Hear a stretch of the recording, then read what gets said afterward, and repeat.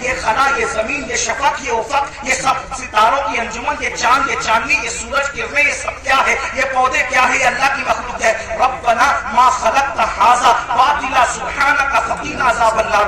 جو واقعی عقل والا کہتا ہے اللہ تو نے کوئی چیز بیکار پیدا نہیں کی، خلا بیکار نہیں ہے، درخت بیکار نہیں ہے، شجر بیکار نہیں ہے، حجر بیکار نہیں، حتیٰ کہ گائے اور جانوروں سے جو گوبر نکلتا ہے وہ بھی بیکار نہیں ہے۔ دیکھو اس وقت کوئی سوچ سکتا تھا، اس وقت کوئی سوچ سکتا تھا کہ یہ بیکار نہیں ہے۔ آج سیٹلائٹ کا نظام کس سے چل رہا ہے؟ کس سے چل رہا ہے؟ یہ خلا سے تو چل رہا ہے۔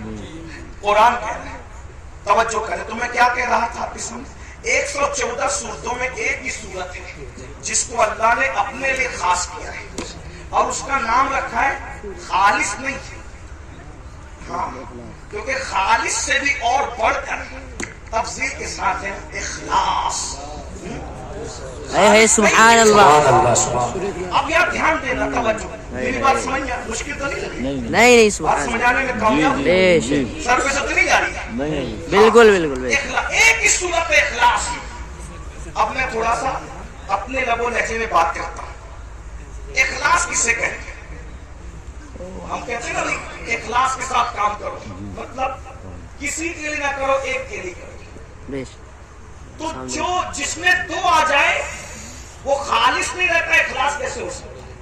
جیسے اگر دودھ میں پانی ملا دیا تو خالص رہا؟ نہیں بولو بھائی، علماء نہیں، آپ لوگ نہیں بول رہے، نہیں، بات سمجھ میں نہیں آئی۔ بولو بھائی، دودھ میں پانی ملا تو خالص رہا کیا؟ نہیں، مل کے بولو خالص رہا کیا؟ نہیں، جب خالص نہیں رہا تو اخلاص کیسے ہو سکتا ہے؟ بے شک، تو دودھ میں پانی ملے گا تو ملاوٹ ہو گئی، اخلاص نہ رہا۔ پانی کے اندر پانی ملا دیا لیکن بسلیری میں بورنگ کا پانی ملایا تو بھی خالص نہیں رہا، ملاوٹ ہو گئی۔ ہے پانی، کوالٹی ایک نہیں ہے، اس لیے اخلاص خالص نہیں رہا۔ دیسی گھی میں نقلی گھی ملا دیا، دونوں گھی ہے، کہنے میں بھی گھی ہے، لیکن بولو خالص رہا؟ نہیں، بولو بھائی، خالص کس کو کہتے ہیں؟ جس میں صرف ایک ہوگا، دوسرا نہیں ہوگا۔ اب جس میں اللہ نے اپنی ڈیفینیشن بیان کی، اپنا پریچے کرایا، اپنا تعارف کرایا، اپنے آپ کو بتایا، اس صورت کا نام رکھا خالص نہیں، اخلاص۔ بے شک، یعنی اس میں جہنم کا ذکر نہیں کروں گا۔ 113 صورتوں میں جنت اور جہنم کا ذکر ہوگا۔ جب میں اپنے آپ کو بیان کروں گا تو نہ جنت بیان کروں گا نہ جہنم بیان کروں گا۔ جب میں اپنے آپ کو بیان کروں گا نہ قبر بیان کروں گا نہ حشر بیان کروں گا۔ جب میں اپنے آپ کو بیان کروں گا نہ زمین بیان کروں گا نہ آسمان بیان کروں گا۔ حتیٰ کہ جب میں اپنے آپ کو بیان کروں گا نہ موسیٰ کا ذکر کروں گا نہ عیسیٰ کا ذکر کروں گا نہ داؤد کا ذکر کروں گا نہ ایوب کا ذکر کروں گا، مخلوق کا ذکر نہیں کروں گا، کیونکہ بے شک سبحان اللہ۔